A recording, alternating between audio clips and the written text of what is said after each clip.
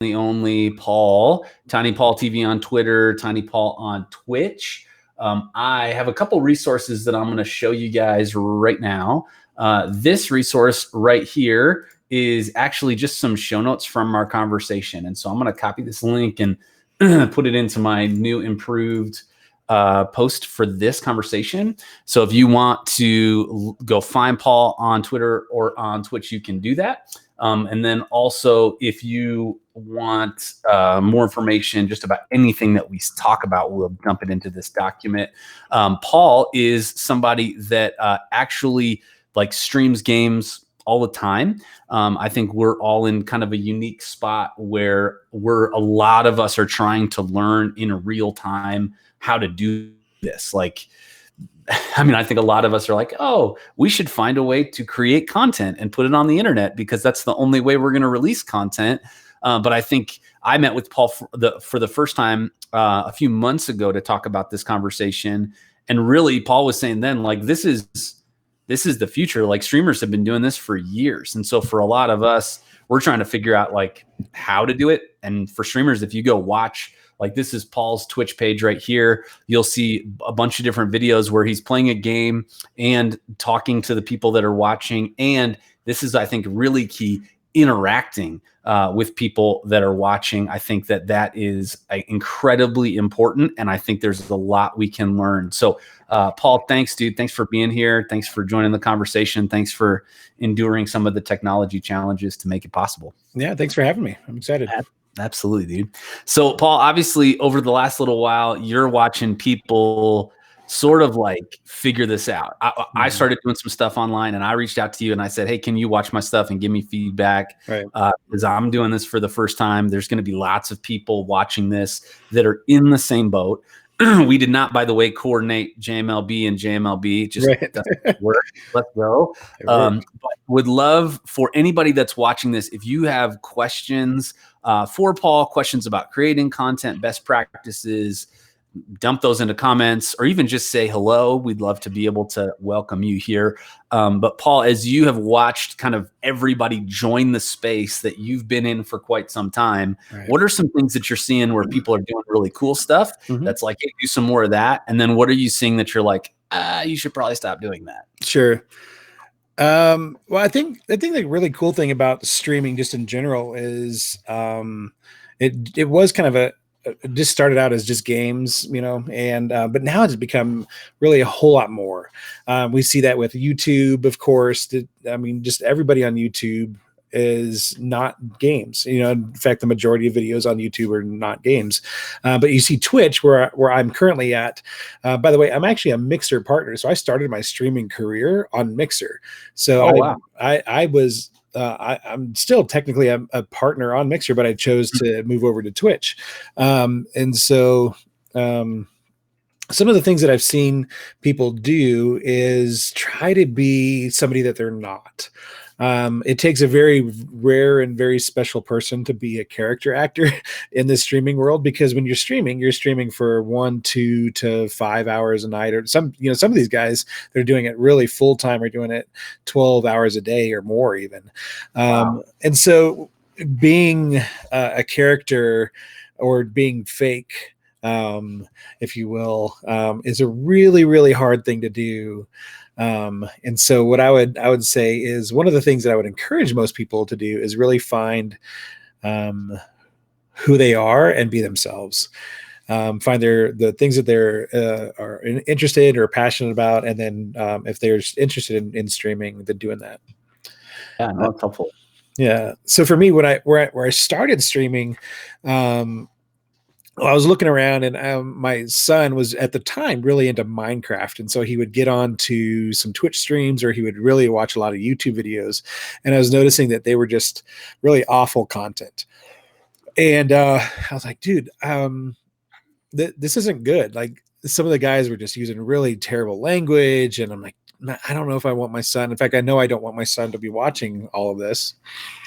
And so I was already playing video games, a few nights a week or every night of the week. After the family goes to bed, I'm kind of a night owl. And so I would stay up really all hours in the night, and then I just play with my friends. And I kept watching all these people streaming. And I got interested. I'm like, you know what? I want to make something that my son could be proud of. And he's 13 now, but at the time, he was 10 years old or 11, 12 years old or so. And so I was just like, there's got to be something better out there.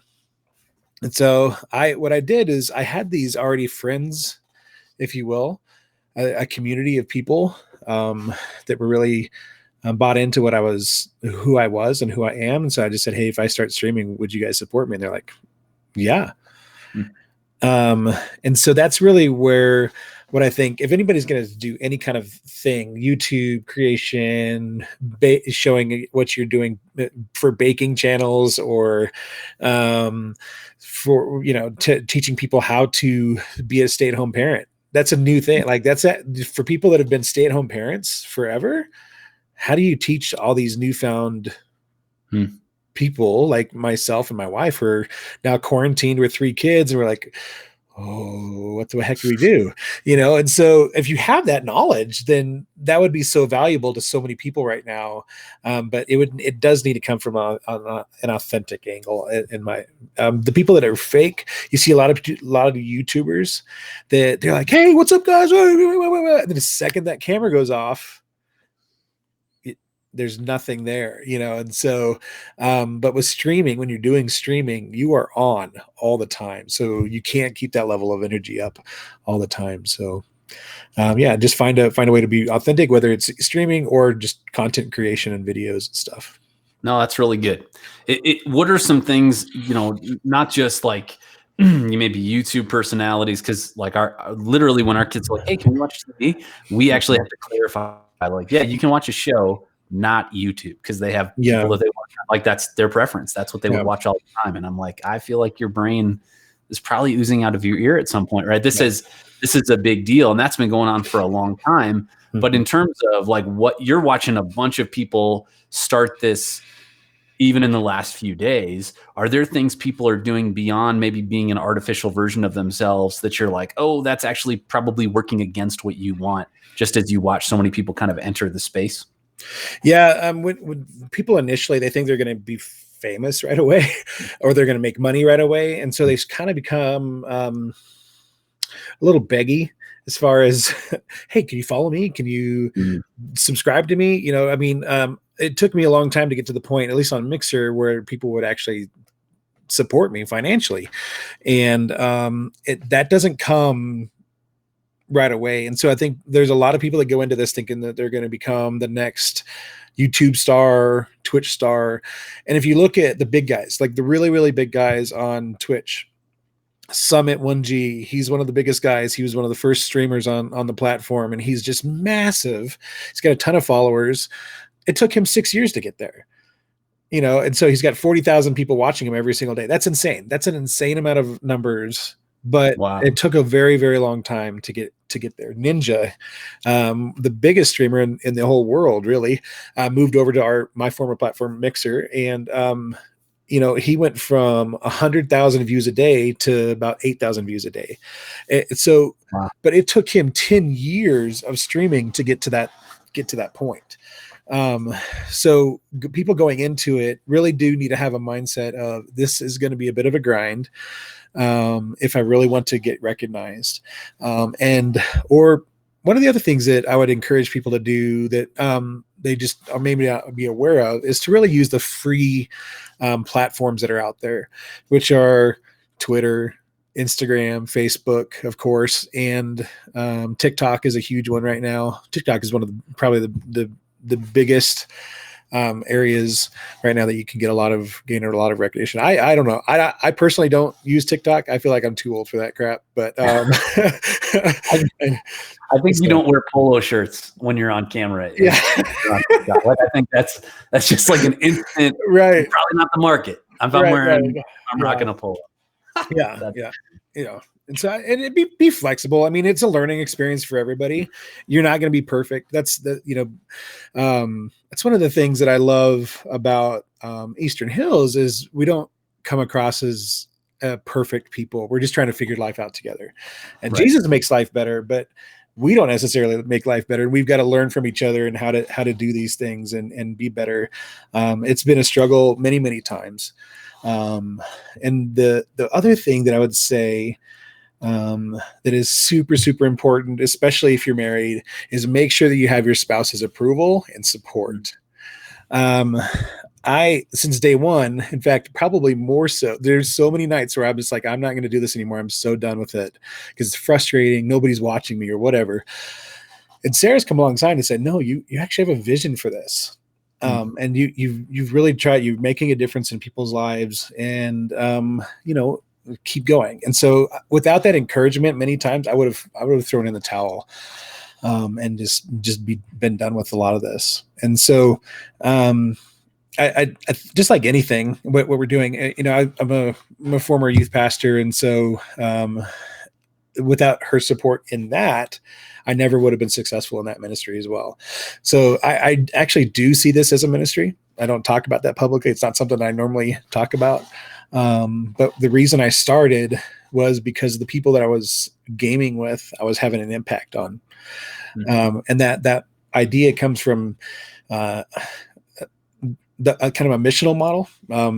So a few years ago, there was that big missional movement. I read a book called The Shaping of Things to Come. And it was a fantastic book, and it really taught us how to be relevant in the 21st century as a church. And there's this gap between God, and just like we talk about at Eastern Hills, there's a gap between God and us a lot of times that we put in there. We put all these barriers in between that. And how do we become more relevant? And one of the reasons that we are not relevant as Christians, as Christ followers, is because we put up barriers, we put up expectations on ourselves. And then we don't have a permission to be authentic sometimes because we're putting up that plastic Christianity on Sunday mornings. And so what I try to do is just be real with my audience.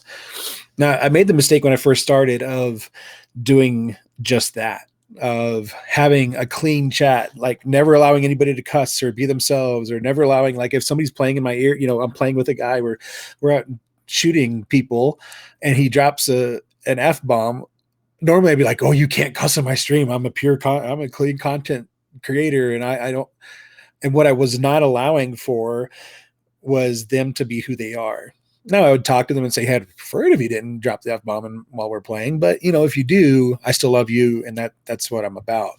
And so my content has evolved as I've gone along as well. Oh, that's really good. And I think obviously everybody experiences that, right? Like trolls on the internet of people that are just like looking to be ridiculous. Like everybody experiences that no matter what platform. Right. And I know you've tried to figure out this tension point of how do I engage real people that aren't like me, maybe don't like me, but I can like them and care for them. And at the same time, like function within your convictions. That's great. Yeah. Now I wonder, like practically, right? Like there's a lot of people right now that are trying to figure out how to do this, and they're trying to do it with like the webcam on their laptop in a fully lit room, like on their bed, right? Yeah. So maybe just like, what are some basics that you would recommend to somebody? Like getting a better webcam, even that right now feels like kind of a task because everybody's trying to do it. So there are like $1 billion everywhere. But what are some practical ways that folks, as they kind of think about this right now, could improve what they're doing, even with what they already have? Yeah. I mean, if you're just making like a YouTube, not just, but if you're making YouTube videos and that kind of stuff, your camera probably has your phone has a better camera on it than what your laptop has. And so starting to think of what the cameras you have around you, if you have a DSLR that shoots video. So something simple like this, just a Nikon. We picked it up a long time ago, but I'm making content with that. In fact, next week I'm going to go shoot for Alternatives Pregnancy Center. They're highly affected by the coronavirus situation, by this crisis. Well, they had a fundraiser coming up, and they're like, well, how are we going to do the fundraiser? So we're thinking outside the box, if you will, and we're going to do video content creation. And so all that does is it just allows me to go out and help them with just a simple camera, DSLR. If you have a digital camera and your phone, you can just start doing very simple things like that. And I would say in the beginning, don't expect perfection. In fact, perfect is not what people expect. People expect authenticity. And so they will look past, especially on YouTube, and even some of the streaming stuff, they'll look past a bad camera as long as you are being authentic. I started on my Xbox and a microphone, no camera. It was just me playing a game and talking to people. So you can start anywhere as long as you have good information and you're being authentic. Yeah. And then you can, yeah, I think that's more important, frankly, than getting that camera or getting the Yeti mic that you and I are both talking on right now. Sure. You know, those things are good and they're nice and they help add value to what you're bringing to the audience, but it doesn't. It only adds value to authenticity. You have to be authentic first. Right. Well, and I think even though, like, we've been talking as a team about all of this, right? Because it's like everybody that was like, oh, we don't think we should do ministry stuff on the internet. Well, they're all having a different conversation this week, right? But I mean, even for us, I feel like we were pretty forward leaning in some of this stuff. But I mean, it was like baby steps compared to what we've had to do in the last couple of weeks. And I think one of the graces that exists in all of this for all of you, like whether you're Christian or not, whether this is a ministry thing or not, like no matter what it is, to your point, I think people like expect us to not have our crap put together right now. Yeah. And the idea of like a shaky camera and like it to not be the best quality. Like, I think people kind of go, yeah, we get it. Like, we're all in this together right now. And I think there's a freedom to experiment right now like I've never seen before. Yeah, there's a small church out in Parker that they said that their first stream after the shutdowns that, you know, was just from an iPhone. Yeah. And you know, they one of the members' husbands who I play games with reached out to me and said, hey, what can we do to just improve this? And so I was able to assist them with that a little bit. And but nobody in their the thing is that nobody in their congregation cared about that it was just an iPhone. They're like, hey, could it be better quality? Sure. Okay, let's add in a webcam, let's add a microphone, and it's going to increase their value 100 times. But nobody cared.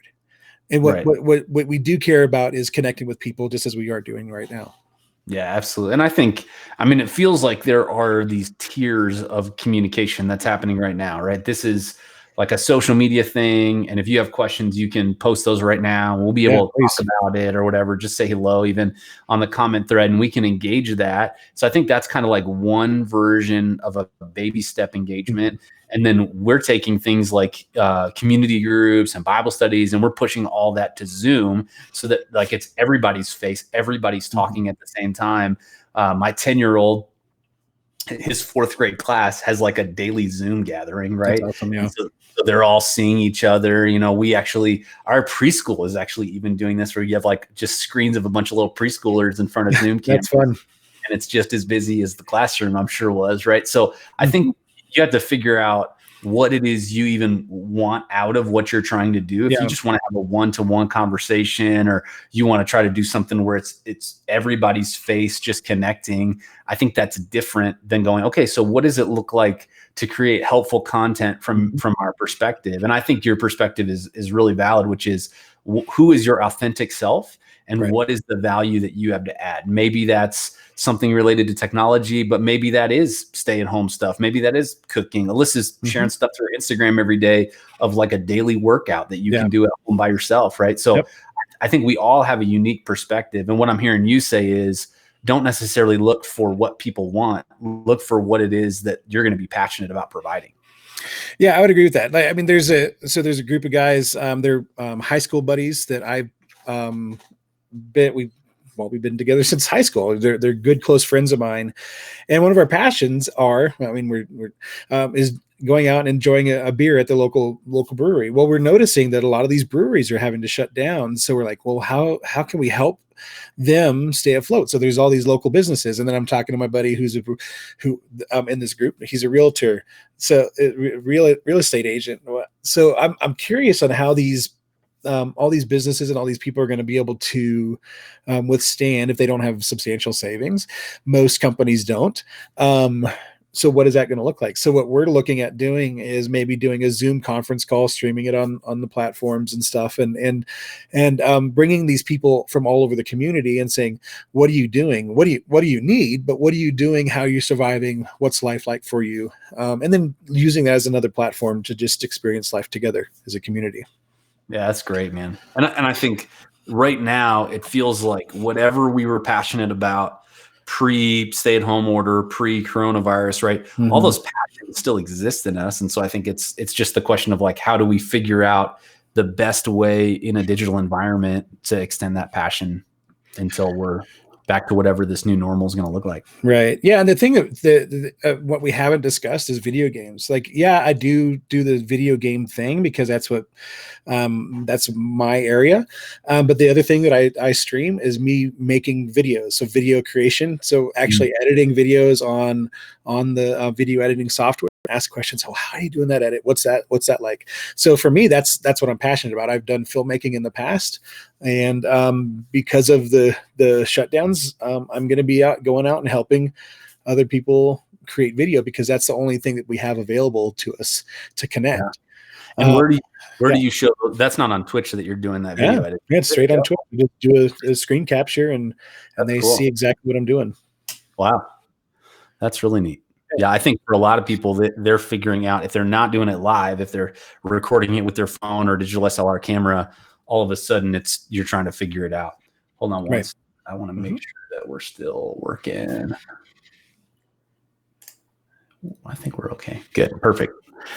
So as you give kind of helpful ideas to folks right now in the midst of this, if there was maybe like a resource that they could go chase or in addition to kind of just watching the stuff that you're doing, is there like a website or a specific platform that they could go learn from? I would say YouTube.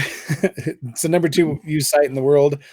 And then Google are probably your best friends. So just search those things. You can always come into my channel, of course, and twitch.tv/tinypaul. I mean, you can always come in there and ask questions. That's a great way to do it. But don't be afraid to go into any other streamers. If you see somebody, one of the great things about Twitch and other places like Mixer is there's channels that are dedicated to not even just games. So there's people doing they're just chatting with people. So you can go into any of those people's channels and ask them questions. The same goes for YouTube creators.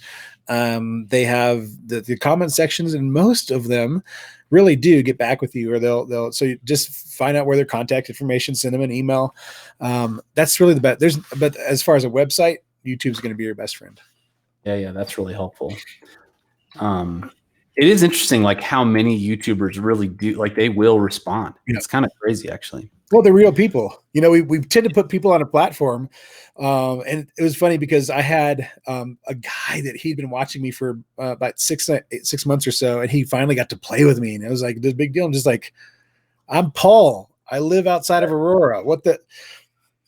Nobody cared. Like, who am I? I'm not like, he just put me on this big pedestal and he was like, oh my gosh, you're Tiny Paul. I'm like, I'm just Paul. Like, get over yourself. That's awesome. Well, hey, dude, thanks so much for taking a few minutes. This is obviously a brand new thing for us to try, but looking for ways to just make some of these things that are brand new for us, but you've been doing for a while, a little bit more accessible. I got a feeling we're going to probably have more conversations like this as you're willing to, because I think people are just figuring